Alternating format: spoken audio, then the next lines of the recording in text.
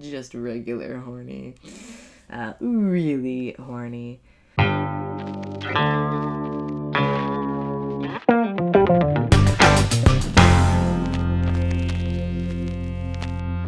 Hi, welcome back to Dear Teen Diary. I am Greta, and I have missed the last 3 Fridays that I was supposed to post videos on.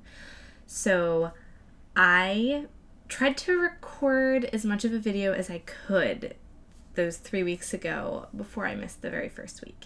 Hi guys, I just woke up. I have sort of a surprise trip out of town, so I have to record this pretty fast, but I'm going to try and make it awesome. My mother-in-law is selling our house, so she can move up to Dallas to come move in with us. And we are actually going to be selling our house as well, and we're moving into a bigger house, and it's going to be really, really rad. So for the last 2 weeks, I have been down at her house helping her go through all of her things and pack a bunch of them up and get a bunch of them sold. And now I am finally back up in Dallas, but now I am packing our house and getting all of those things ready to go. Not to mention, as soon as I got back, I actually got really sick. No, I didn't get sick. I had a extremely, extremely early term miscarriage, which was really depressing. Because, I don't know, you don't know what you're supposed to do when you're pregnant 1 second, and then you wake up and there's like blood. So anyway, that completely distracted me for this last week. So on one hand, I want to apologize for not putting out the content that I promise on the schedule that I promise. On the other hand, I want to say thank you for being patient and still coming back to watch this video. And we're going to go ahead and jump into the first half of this entry when I started recording it. Cutscene, cutscene. Oh no, is this a fairly long entry? Yes, it is. I might not have time to do this.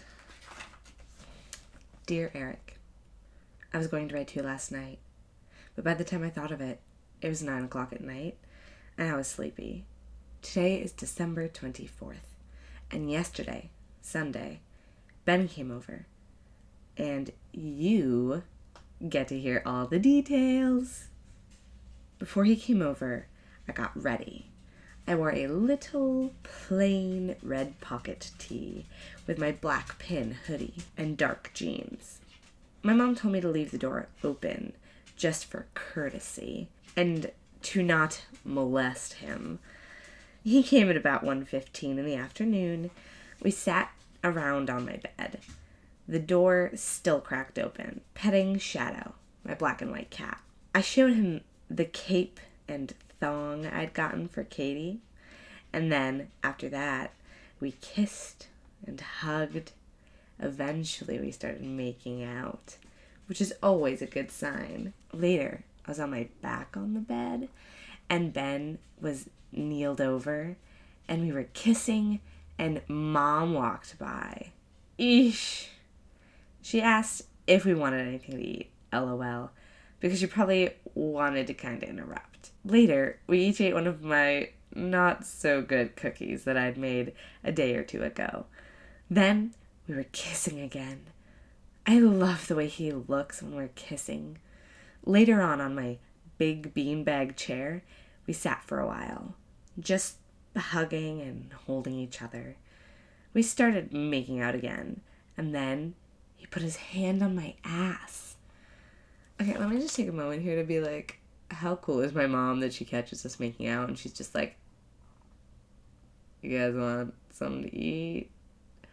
Like, she was very understanding. She knew that the makeouts in high school were inevitable and not to be a jerk. Good momming.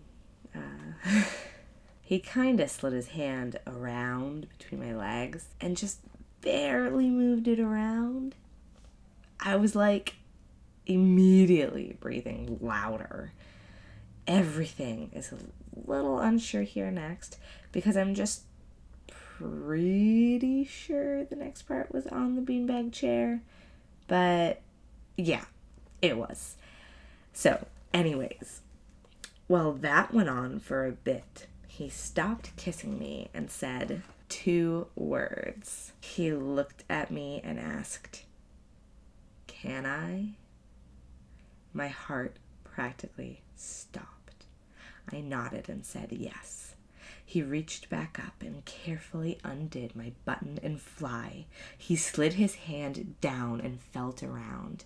He missed my clit, but I'm not sure he even knows about a clit. But down around my opening, he jabbed his finger around some, occasionally hitting a good spot, till finally he made it inside. Smile. But then my mom called downstairs, and right away I zipped up my pants. I actually think that might have been when we got the cookies. My God, just remembering the next part gets me really horny. I just said horny, and then I added the really, because I was like, not just regular horny, really horny. We were on my bed next. Oh, and then I wrote something and I crossed it out. I wrote, not yet. So we're gonna... we were on my bed, but we were both laying on my bed after eating my crappy-ass cookies. And the same thing happened, but it was way better. Smiley face. Then afterwards, I told him he could touch my breasts if he wanted to. And then I mentioned C. They're a C. And he did, but still over the bra. Then I pulled my bra up above them, and he toyed with my nipples some. Oh, there's a sad baby. Okay, well, my baby's crying, and I need to pack up and get in the car and go, And he toyed with my nipples some. So I pulled my shirt up, because by now my hoodie was already off. He kissed them with some tongue, back and forth from one to between to the other. I love him so much for kissing my boobs, yes. Boob kissing results in so much love. Kiss the boobs. That's how you get love. Then later at my computer, and I drew an arrow over here, I checked my email or something like that. But then I was on him kissing and unhooked my bra and got one strap off without him noticing. Then we were sitting up and I just threw it across into my closet. His hands just went right up my shirt. We laid down again. I was on my back and he was on his side next to me. We were kissing and he went down my pants again. And this time, I was also down his. Well, after he got me off! Exclamation points! But okay, he asked this time to kinda show him where, and he still didn't understand clit. But he got this one spot right before my opening, and at first, when I got off, I was faking, because I didn't want him to be discouraged, because he was doing a really, really good job, but the 2 seconds of faking jump-started a completely real one. I was going to die. Then I went down his pants. At first, I was kind of nervous. He reassured me when he put my hand just wrapped around it. He seemed to enjoy it, ... but he made me stop, so I never got him off. I hope that meant he was about to when he made me quit. Okay, then he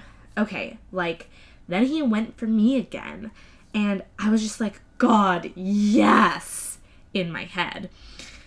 Okay, but how many times do I say but I started thrusting my hips to meet his hand, and I had my arms around him, and the part I remember the best was, it was the second orgasm for this set, and I was clutching to his shirt, and just before I went, he sort of teasingly said, "Your body's thrusting." And I just told him I couldn't stop it, and then I kissed his cheek twice, held on, and went. After that one, I was like, so exhausted. And he leans over and says, "How would you like my mouth down there?" I started to make out with him before I answer, but he stops and says, "I could try." Well, I told him I didn't want to go too fast because I wanted to keep him forever. Well, stay with him. But actually, even more so, I was tired from his previous great work. And I wasn't really sure he'd want to. And also, I wanted to make sure that if that was going to happen, I was extra clean and preferably Nair'd. Okay, if you don't know what Nair is, it's a hair removal chemical. It's like a cream that you put on, and then it turns your hair into weird elastic that just like falls off of your body. And sometimes you break out in a horrible rash, and it never really got, what was it called? It was called like Nair Bikini Line or something, right? Anyway, I never had very good luck with it. One time, a guy that I dated much more recently in my past Nair'd his butt. So then, like, after one of the first times we, like, got frisky, he was getting up to go pee, and he was like, "Before I get up, I have to tell you something." And I was like, "Dun, dun, dun, what?" And he was like, so I used some Nair on my butt, and I had an allergic reaction to it. It was covered in red bumps. And I was very touched. I was like, I don't think I've ever had a guy Nair his ass for me before. And preferably Nair'd. So I think I was just self-conscious and didn't want him to have a one bad experience ruin future chances for that. After I turned that down, I flipped him onto his back for some simple French kissing. I was on my knees over him, and he put his hand under my pants and undies onto just my rear. He stopped kissing for 1 second to say, "Love your ass." How old are we? We're like 15. Love your ass. I propped myself up on my hands and smiled. Then he was on my breasts again, but not in a jerk or aggressive way. In a sweet, "I think your body and everything about it is beautiful" way. I kissed him again. Then I undid his pants and took Paco. Okay. I just had this conversation that I have named the penis of almost every guy. I think every guy that I've ever dated. Or at least I've tried to name it, and then just like if they said no, I'd continue to refer to it by the name that I had given it. It's good to have a code name so you can ask guys questions about their penises in case your mom is listening on the phone. But I was taking Spanish class in 8th grade, and that's the main language class I continued to take through high school. So I always ended up giving penises, which start with the letter P, names, which also start with the letter P, and they were usually 2 syllables and Spanish names. And this was the very first one, and his name is Paco. I took Paco halfway out. I used a more tight grip and took him up and down. From Ben's face, I was either killing him or doing much better. I considered going down on him, but since I'd declined the same from him, I decided against it. I got really turned on watching him while I did that. But once again, he stopped me. He never even thrusted, LOL. He said, "Thank you." Like I had one time he finished me, and I kissed him and got Paco back in. Paco's a little bigger than I suspected, but a little smaller than what I've seen through Chris and Brandon's swim trunks. Oh my god! Oh my god. But honestly, I'm very glad because it's like perfect size for fucking. Laughing my ass off. Oh my god. Not that I... This is a perfect size for fucking. Laughing my ass off. Not that I think I will, but if we're still together in 1 year, I'm going to give myself to him on a silver platter. Gee, Greta, I think it'll be hard to find a silver platter that big. Also, don't you think it'll be a little cold? If we're still together in 1 year, I'm going to give myself to him on a silver platter, if I won't have already. But right now, he's the only guy who deserves me, and believe me, I'm not trying to say I'm anything special. Yes, you are. Every person should be the most special person to themselves. If you are watching this and you're not the most special person in the world to you, you should reconsider that, because you are. By the way.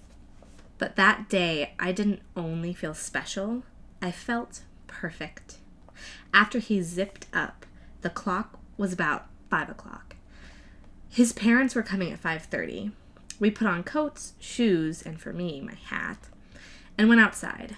We threw some snow on each other out front and just ran around a bit. Then we took the driveway to my backyard. We went to where we stored the Volkswagen Classic.